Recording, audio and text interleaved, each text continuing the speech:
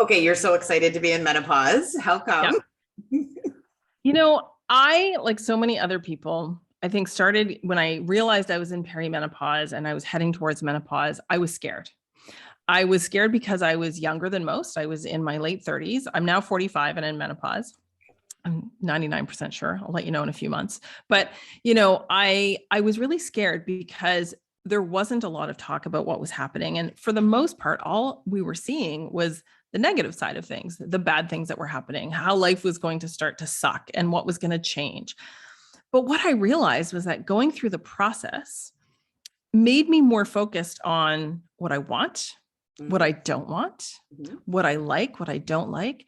But it also reignited almost a creative spark, which has been an interesting overlap with social media because social media has become my creative outlet. Mhm. And as a type A person with ADHD, I'm very much I need to follow the rules and I need to know what's going to happen. So creativity has never been my forte.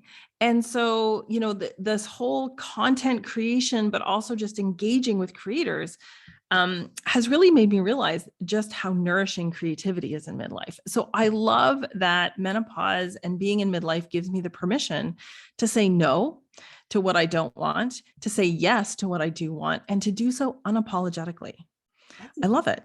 that's amazing. So is that considered an early menopause then at 45? Yeah, so just kind of on the cusp. So early menopause is when you cease having menstrual periods before the age of 45. In hindsight, I'm pretty sure my last period will have been at 44 and 9 months. So Okay. I think that it's not premature. So premature is before 40, but definitely on the early side, which is consistent with my family history. And where are you towards your meno day? My Meno day is February 7th.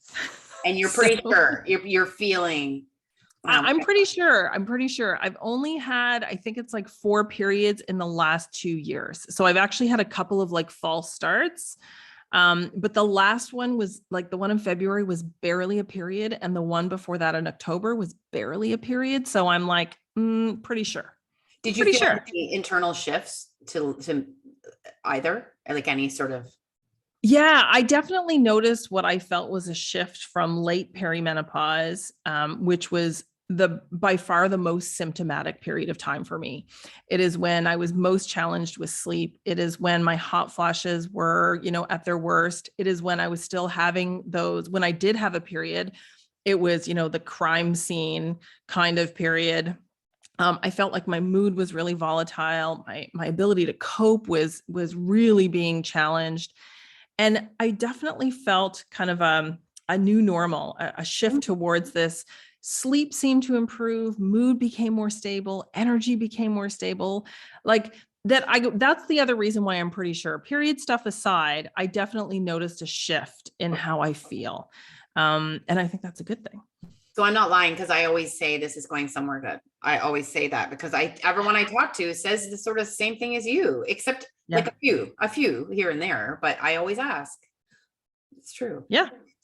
I mean, I'm still having some hot flashes and night sweats. It's going to be almost 40 degrees here today.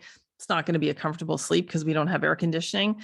But for the most part, I've kind of worked out my things that help and the things that don't. And it's about striking the balance between the two. Okay, so we'll talk about food definitely Yeah. shortly, but you're a naturopath and you're also a nutritionist. Yeah. I'm also a dietitian in Canada. A dietitian, yes, like you're like a triple, yeah. So what things have helped you and what you didn't go the hormone therapy route so far?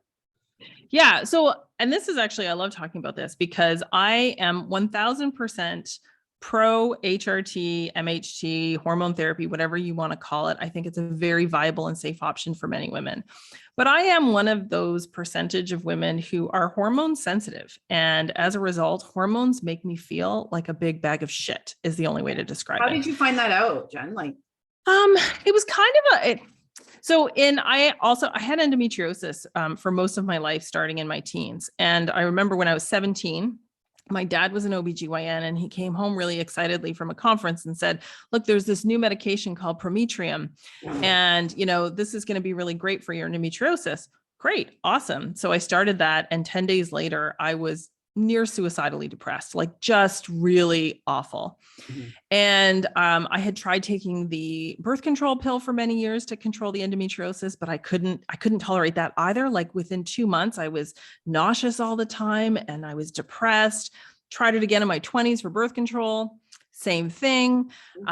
In my late 30s, when perimenopause was on the table, I tried hormones again, same thing. So at 39, I just said, okay, hormones are not for me. I get that they are safe and wonderful options for many, but they are not for me, which is really what was the push to kind of help me figure out, okay, what can work for me? What can help me navigate through these years? And my personal experience had, and kind of what I encourage women to try on as part of this, if they're looking for non-hormonal options, has been using phytoestrogens primarily through foods. So soy foods, flax, those kinds of things. Because for me, those phytoestrogens have been enough to really, I would say, take the edge off of about 80% of my symptoms. And, it doesn't work for everyone. And I totally acknowledge that the state of the research, so to speak, isn't as conclusive as we'd like. But as I always say, it's very difficult to see the kind of effect in a nutrition intervention or food intervention study because of all of the inherent problems of studying a food intervention. So, but the good news is that there's no harm in trying. And that's kind of the nice thing, is that there are so many other potential benefits to including these foods in midlife that, if you try it, and even if it doesn't reduce your hot flashes or improve your night sweats, you're probably still going to be better off for including them. Yeah, I posted about, I interviewed Dr. Neil Bernard for my podcast, who did the study on soybeans, half a cup of soybeans today. And he's a very vigilant vegan. Yeah.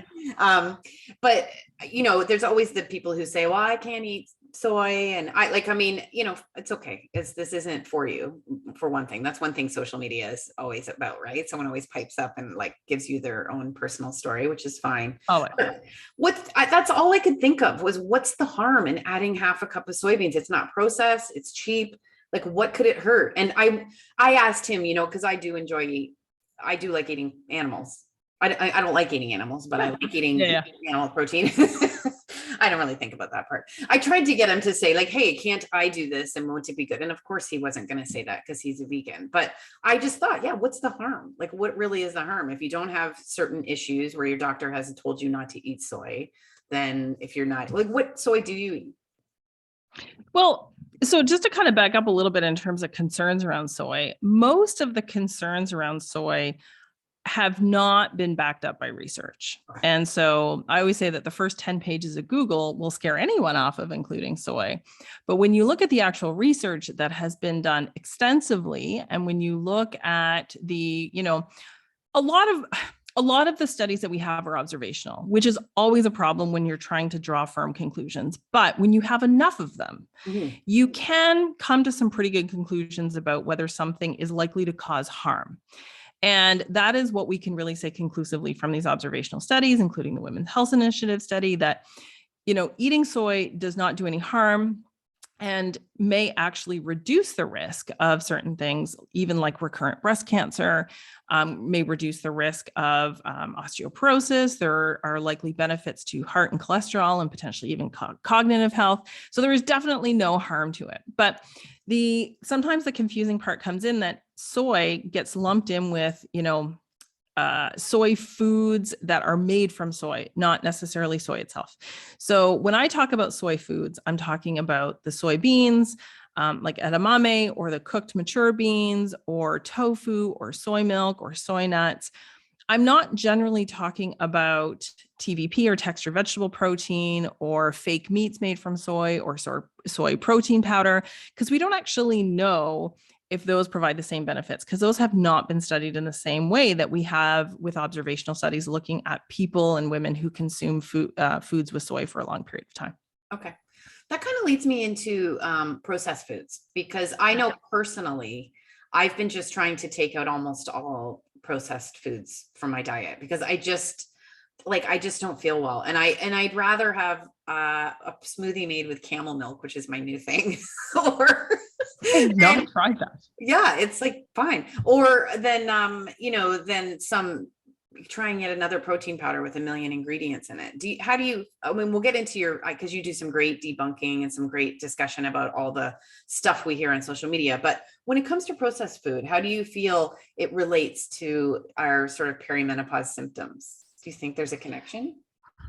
Well, I don't know. And I don't think anyone can say for sure. Sometimes I think the problem with using the word processed is that it comes with a morality. I'm not saying you use it that way, Yeah. but oftentimes there is a morality attached to that word. Mm. And when we make food choices with morality as the driver, we're not necessarily paying attention to how does this food actually make me feel. Mm. It's often, I'm making this choice because I think it's the right choice. Right. Right. And so that's kind of where the intuitive eating part of the work that I do comes back and says, okay, why are you making these choices in the first place? Right. Is it because you think you need to drink milk? Let's just take that for example, right? So lots of people say, well, I know I have to have some milk because I need the calcium, but I'm lactose intolerant and I don't like this one and I don't like that one. So I'm choosing rice milk or almond milk. And is that a good or a bad choice? So I always break it down to, well, why are you including it? Is it that you love cereal and you want to have milk with your cereal? Then it kind of doesn't matter. You choose what you like, right? You choose what tastes good. Is it that you've been told you have to have a reliable source of calcium in your diet every day? Great. Then let's look at the ones that are higher in calcium, either naturally or have it added, and let's see kind of which one you enjoy. So I think that when it comes to processed, what we're really trying to figure out is, are those foods serving that person in the way that they want it to? And absolutely, some processed foods aren't as nutrient dense. The more processed, meaning like the more steps a food goes through from, farm to table, so to speak, the more potential there is for it to be, quote unquote, less nutritious.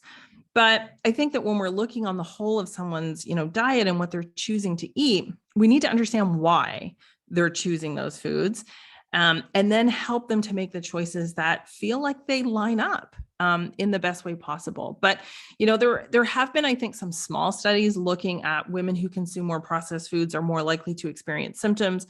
But, when you understand research, when you back all that up, it's like, well, why are they choosing processed foods more often? Is it because they're working 3 jobs and they're stressed and they have kids and they don't have time to cook and they're not sleeping? And like, why? Yeah, Why? exactly. It comes down to why. So much of the research that's put forth, I feel that way, right? Like someone will just publish a study that says a certain thing. And then I think, oh my gosh, that doesn't even begin to address all the complexities behind the studies. Like I'm for hormones as well, but one of the studies lately that's being posted is that if women on hormone therapy have a lower all-cause mortality, slightly lower all-cause mortality, fine. But to me, it's like, oh my gosh, people who access hormone therapy have got to be more privileged. You're probably not having like socioeconomic factors, but like those people aren't going to live as long because not only are they not accessing hormone therapy, their air quality probably isn't good, their food quality, like this is my problem with posting. It's a big problem. And I think that there's a lot of armchair scientists who post about research, and really just post or share the headlines. And, and I mean, that's true for most mainstream media as well, right? I mean, if you go to any of the mainstream outlets, that's what they do as well. And sometimes I think we get confused about looking at, for example, comparing the efficacy of a drug, right? It is much easier to conduct a drug trial where you can clearly have a placebo, where you can clearly have a drug, and you're measuring one outcome in general, and you're only, you have a really narrow scope. But when it comes to nutrition, when it comes to lifestyle, when it comes to all of the other things that would be great to know, it is so hard to find enough people to design a trial and to have those people be similar enough in all of the other ways, right, for us to say that, yes, this is the thing that leads to this outcome. And so all, especially nutrition studies, need to be taken with a bit of a grain of salt and really need to be kind of gone over with a fine tooth comb to say, how much of this is actually generalizable to all women? Right. Right. Even the Right. studies about salt need to be taken with a grain of salt. Yeah, exactly. Exactly. Okay, so the morality issue is big in the menopause space. We had the menopause shift summit. I was part of the summit and I was going through all the transcripts, and I think I developed health anxiety, nutritional anxiety, and this is a summit I put on. But literally there were some of the discussions were so granular and talking about fruit and juice and sugar and seed oils, and I was like, and I know you like one of our people that I really enjoyed was Kate Deering, and she talked about pro-metabolic eating, which is completely different to anything we've heard about, like, drink orange juice and have dairy. And so in all of this noise, because it is a lot of noise and you're there every day, you do great videos where you're like, okay, sugar doesn't necessarily cause cancer. It doesn't necessarily do this. So can you just sort of frame that for me? And we can talk about sugar first, because that's a big one. What do you want to know? Well, just what do you think? Like what you made a reel recently about it, and sugar is one of the obvious ones, right? Where it's like treated like the devil, unless you're an influencer who wants to get, and I'm not talking about you, who wants to get the women who don't want to stop eating sugar. So then you'll demonize all the people talking about eating sugar. There's this whole fight going on, right? Yeah. Yeah. And so sugar is the thing that everyone loves to hate. And part of it is because, again, I think that we have gotten into a bit of a morality with food, right? So thinking about like avoid white foods was and is a really kind of common sweeping generalization. And the idea is that if it's white, it breaks down to sugar more quickly. And if it breaks down to sugar more quickly, it's going to do all these terrible things in your body. And I think that we can look at that in a bit of a bigger picture. And in that one, sugar is not a drug. It is not addictive. And so people don't need to fear it. That's probably the biggest misconception about sugar. And one of the reasons why people try and control it, they could try and control their own access. They try and control their children's access because they believe that if they have it too much, too often, it's going to make them be addicted to it. And that's going to lead to all these health problems. We have no evidence that sugar is addictive. It doesn't meet the DSM criteria for addiction for a couple of important reasons. The big one being is that there's no physical withdrawal symptoms when people stop eating it. That's, kind of the biggest one. But the other thing about sugar is that it is the control that creates the craving, meaning that the more we try and control our access, the more we try and micromanage having it or not having it, save it for cheat days, only have it on special occasions, the more we enhance the reward when we actually do have it. So it is the control that creates the craving. And sugar in and of itself isn't good or bad. It's neither nutritious or not nutritious, right? Sugar, when it's broken down in its most simplest form, really just ends up being glucose, which is fuel for our brain and our body. If we only have that, it'll be very difficult to feel full. It'll be very difficult to feel satisfied. If you're starving and you eat a piece of chocolate, it'll bring your blood sugar up for a little bit, but then it's going to crash again. But it doesn't inherently do anything wrong, right? So it doesn't damage your body. So what we try and talk about with intuitive eating is that if there are foods that you enjoy that contain sugar, let's add them in to other ways that you can build a balanced plate. So don't feel like you have to earn it. Don't feel like you have to restrict it, but also recognize that if it was the only thing you were eating, or if it's the majority of what you're eating, your body isn't going to feel as good as it could. Okay. So it's about, permission versus restriction. And that's a really big mindset shift, that when we say yes to something, we turn off the toddler part of our brain that rallies against us when we say no. Right. Right. Well, what happened last year when they brought donuts in? I don't eat much sugar. But what happened when they brought donuts in and I had one, and then it was just like Marie from the boardroom, and then I had two, and then I went in the kitchen to have a third one, but someone had taken them home. Thank goodness. It was almost, and I didn't feel well at all. What's happening there? Is that just, do you think I don't eat it and then I had a chance to eat it and I went crazy? Kind of. Yeah, that's kind of what happens, right? So what's a food that you have regular access to? First off the top of your head. Bananas. Bananas. Yeah. Okay. Do you ever crave bananas? Yes. I love. And do you ever feel the need to eat so many bananas that you feel sick? No, I only ever have one banana. That's it. Right. Because you feel satisfied with one. Yeah. Because you have regular access to them. Nice. And you allow yourself to say yes when you want one. Okay. Right. The same is true with any food. And this, I know, is such a hard thing for people to grasp, especially for people who have been in diet culture forever, because I was there too. And I really believed that food had power over me, and that I needed to, craft this willpower of steel to be able to only say yes to something once in a while. But what happened with those donuts is exactly what happens when we restrict something that we enjoy. So we really need to habituate having access to foods that we enjoy. We need to normalize having access to foods that we enjoy, and we need to normalize saying yes, but we don't have to say only yes to that food. Right. And that's kind of the big difference, is that often, people feel like if they say yes, they're never going to be able to stop. But here's an experiment that I often get people to do with chips, for example, because chips are another one that people say I can only have in the house on Friday, or I can't have a bag or whatever.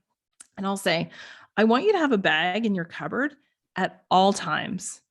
And anytime that you want to have some chips, have some, but maybe think about adding them to a meal so that you're not just relying on the chips for fullness and satisfaction, but they are adding satisfaction to your meal. Okay. And literally within a day or two of having chips at breakfast, lunch, and supper, people realize that, having them sometimes is really satisfying, but having only the chips is never filling and satisfying. But if I know that they're there and I can choose them when I want them, I don't feel the need to eat all of them when I do. Okay. And I've talked to you about this before. I'm so curious about intermittent fasting. I know we've had like the words, but I'm like a bit off. I was a big intermittent faster, and I just felt like eating breakfast again. Like I just felt like it. And so I did, but I'm wondering because gosh, everywhere I turn, everyone is saying you need to do this, or basically you're not cleaning this out inside of your body out. So help. It's intermittent fasting is a funny one because, like so many other diets, it's a set of rules, right? But the rules aren't about what you can eat. They're more about when you can eat. And for some people, I think that's comforting. I think that, the appeal of any diet is that it removes the decision-making process from us. It removes the decision process of what do I eat? When do I eat? Can I or can't I eat this? And intermittent fasting, I think, appeals because you can eat whatever you want in theory, but just not within certain hours. And I do think that for some people who maybe naturally aren't hungry in the morning or naturally aren't hungry in the evening, it may just kind of fall into their natural rhythm anyway. But there have been quite a few studies now which have really shown that if we're looking at weight loss as an outcome, there is no difference between intermittent fasting and any other diet, which means that for the first 3 to 6 months, you'll probably notice a difference. But after that, the effect will wear off. And after a year, you're probably right back where you started. But people are very passionate about it. And I think sometimes they really hold on to some of the potential, and I say potential with a small p, potential other benefits that may come from periods of time where we don't eat. With regards to inflammation and, things like that. But that really hasn't been proven on a large scale. And so if you're killing yourself to not eat until lunchtime and not eat again after 6, and it's not making you feel better, because at the end of the day, that's what your relationship with food needs to do, then I would never encourage anyone to stick to any plan. Okay. And I kind of want to get into insulin resistance because you've got the whole body of experience to deal with it. We're hearing about this all the time. 1 in 2 women have insulin resistance. This is really scary. Like, this is really scary. How do you know if you have insulin resistance? What should you do about it? Should you worry about it? What should people be doing, do you think? So let's break it down a little bit. So insulin resistance happens when the cells in our body become less willing to let things in. So insulin is a hormone secreted by the pancreas, and when our blood sugar rises, insulin is kind of the key that opens the door that allows the components of food, including glucose and fatty acids, to enter the cell. So for someone who has type 1 diabetes, they're not making any insulin. So there can't be any opening of doors. For people who are in midlife and older, or who have type 2 diabetes, there's a trend towards more insulin resistance, meaning that maybe the doors are getting a little creaky, the keys are starting to stick. I'm full of bad analogies, but they seem to work. Love it. No, I love So what I tell people is that there are some circumstances around midlife that make insulin resistance a little bit more likely to happen. One is just that as we get older, right? It happens to everybody that the metabolic machine work, so to speak, can become a little bit creakier. As we get into full menopause and we lose estrogen, there's also an effect, but it's not a guarantee. And that's important to remember too, that there is an effect of lower estrogen. Then we also have the effect of genetics. And with type 2 diabetes in particular, there's a large genetic component. And so sometimes we get this like perfect storm of age, menopause, and genetics that hit us in our 50s. And it seems like everything is happening at once. But what I tell people about insulin resistance is that the problem isn't the fuel. So you don't need to cut out carbs. You don't need to cut out all sugar. You need to see if you can work on the machinery. So what I always say is that the best thing that you can do is to increase the demand. So the demand for energy. And that usually means movement of some kind. So regular movement, walking, strengthening your muscles, doing anything that is going to increase the demand for energy from your cells will help to improve insulin resistance. So again, it's kind of taking that add-in approach, because people are often told by their doctors and other people, just cut it out, just cut out carbs if you have insulin resistance. But again, that's not evidence-based, and that takes away your energy to do movement, which is what you need to actually get to the root of improving insulin resistance. And movement is mentioned, by the way, for everything. Like it's the number one for every single thing. Walk. It's the secret sauce, right? We're human beings. We're meant to move. Yeah. But that doesn't mean CrossFit. Yeah. Right? That can actually mean walking. Like walking is the most evidence-based movement if you want longevity and quality of life. Full stop. Just walk. It's wonderful too. I went this morning, mood here, came back. You know, there's really nothing that walk can't make better. So good. Yeah. I'm hearing there's a little trend that I'm noticing. Maybe I'm just noticing it, but that the symptoms of perimenopause are a signal of underlying issues like inflammation and metabolic problems. They're a signal. A CEO of a company that is involved in hormone therapy told me this for an upcoming episode of the podcast. There's a nurse practitioner I follow that said a lot of times these symptoms, and I think that's scary to me when I'm having hot flashes, because I know too much and I'm like, oh my God, this is a signal of some problem. Have you heard this? What's your take on this? I've heard little whispers of it, but I actually haven't looked at the research. I think that we know that there are many influences on symptomatology in perimenopause. So sleep, stress, lifestyle, other conditions. Genetics are a big influence. So your mother's experience is, currently the best predictor of when you'll go into menopause, but also potentially your symptoms. So I think that inflammation is one of those things that we do need to be studying, because it does seem to be involved in many processes. But I would really hate to see it kind of get all the credit, so to speak, or, the blame, and be something else that women worry about, unless there is really strong evidence that this is going to improve or change or extend their quality of life. Because inflammation is a buzzword, right? And so, people talk about inflammation all the time, and there is actual medical inflammation that matters, and we know how to measure that, and we should be measuring that. But I think that we need to be cautious about interpreting those findings and applying them to perimenopause just yet. Okay. But I also have to look at the studies, because to be honest, I haven't. Yeah, I mean, I think it's more like connecting dots between studies rather than, which is fair enough. Like you can do, but it's also, I personally find it scary when I hear that. So, I personally find myself, since I've been hearing it, when I have a hot flash, feeling concerned and upset, thinking, is this a sign, and that's not a fun place to be in for anyone, because you're having these hot flashes, you're having them, like you're having these hot flashes and night sweats. And again, it's almost putting like a morality on it a little bit, like it's almost. Yeah. Well, it places blame. And I mean, that is a big problem in medicine, and especially armchair medicine and social media medicine, internet medicine, is this is happening and you caused it. And if it's happening and you caused it, it's your fault and you should know better. Mm-hmm.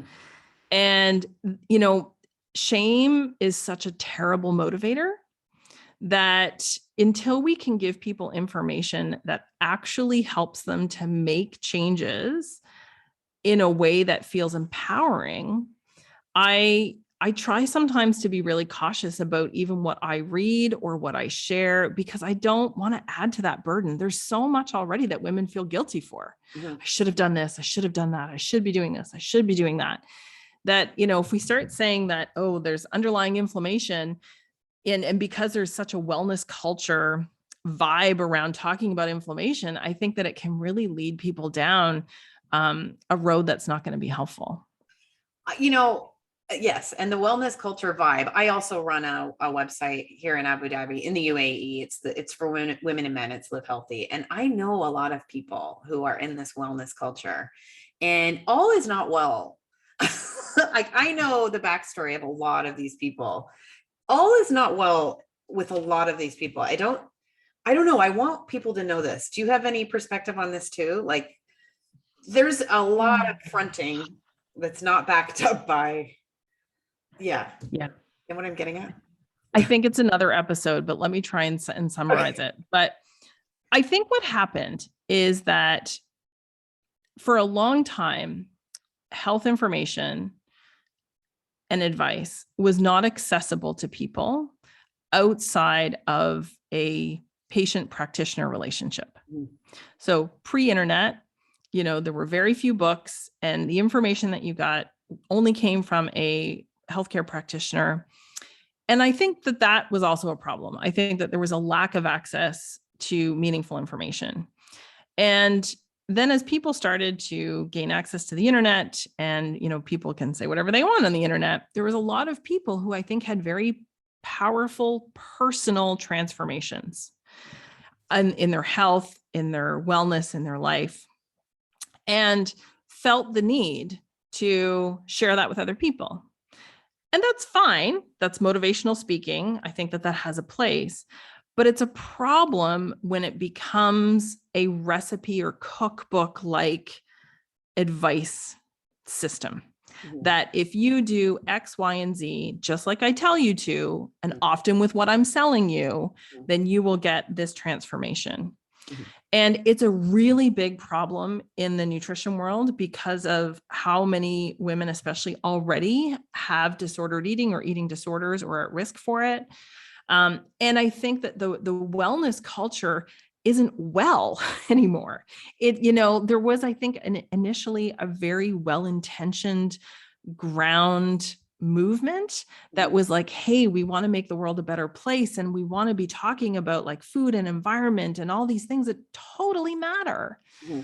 But it became dogmatic, and it became a product, mm-hmm. and it became a commodity, and now it's an industry. And as an industry, it is a problem. Yeah.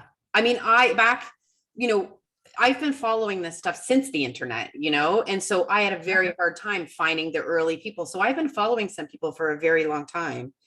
And, I now see their sales tactics and their scare tactics. And I didn't see that before, and now I sort of see everyone's, and I don't like them as much because I know that they're using fear to sell me good things as well as, like the bad guys. And that's the thing is that, it's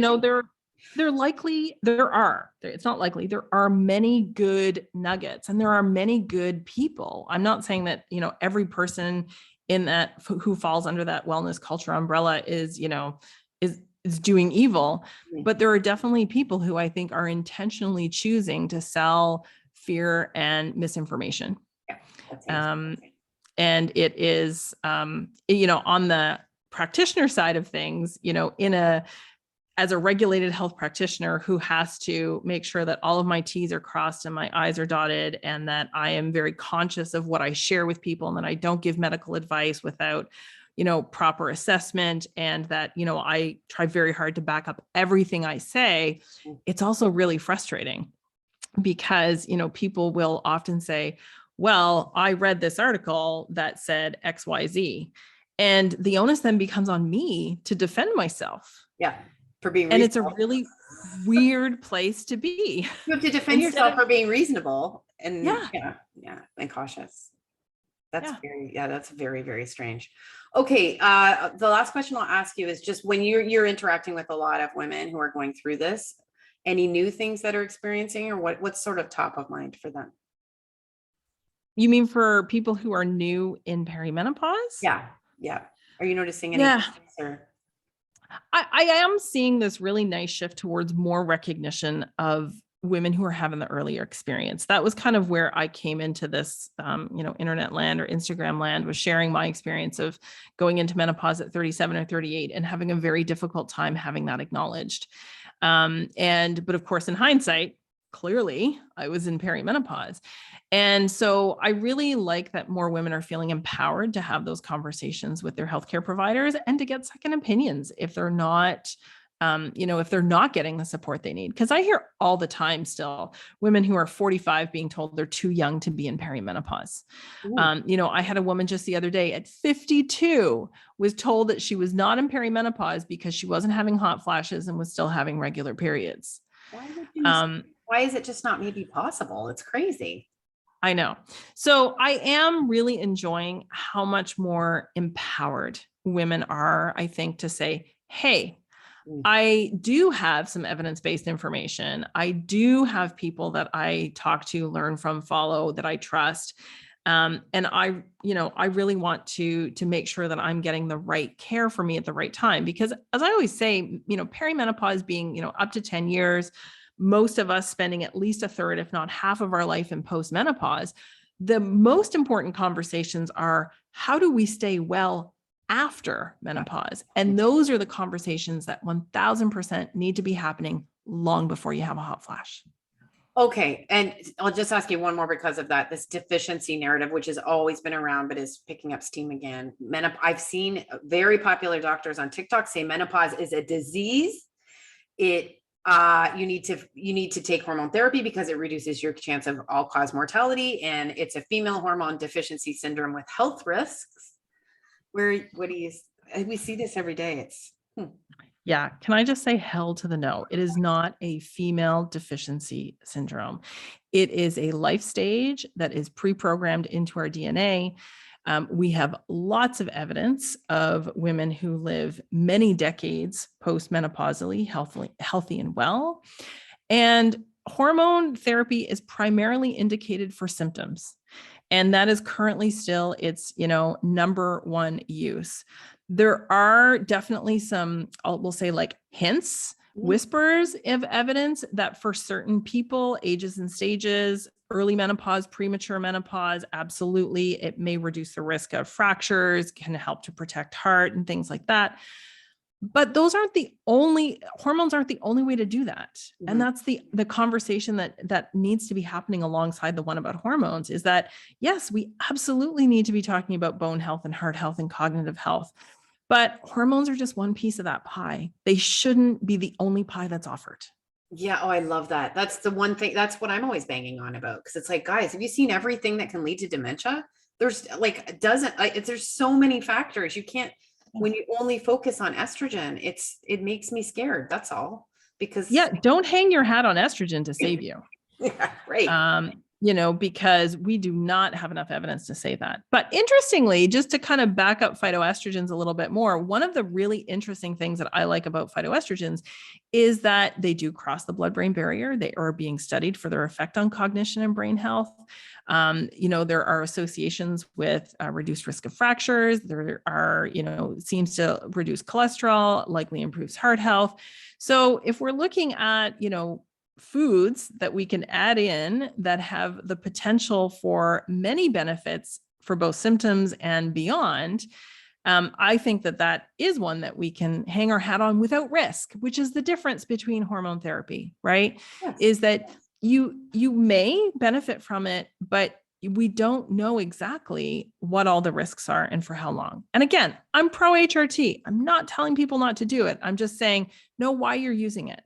And don't believe that it's a cure-all. Love it. Thank you, Jenn. From Abu Dhabi to The Hague. Yes. Thanks so much, Anne Marie. I've loved it.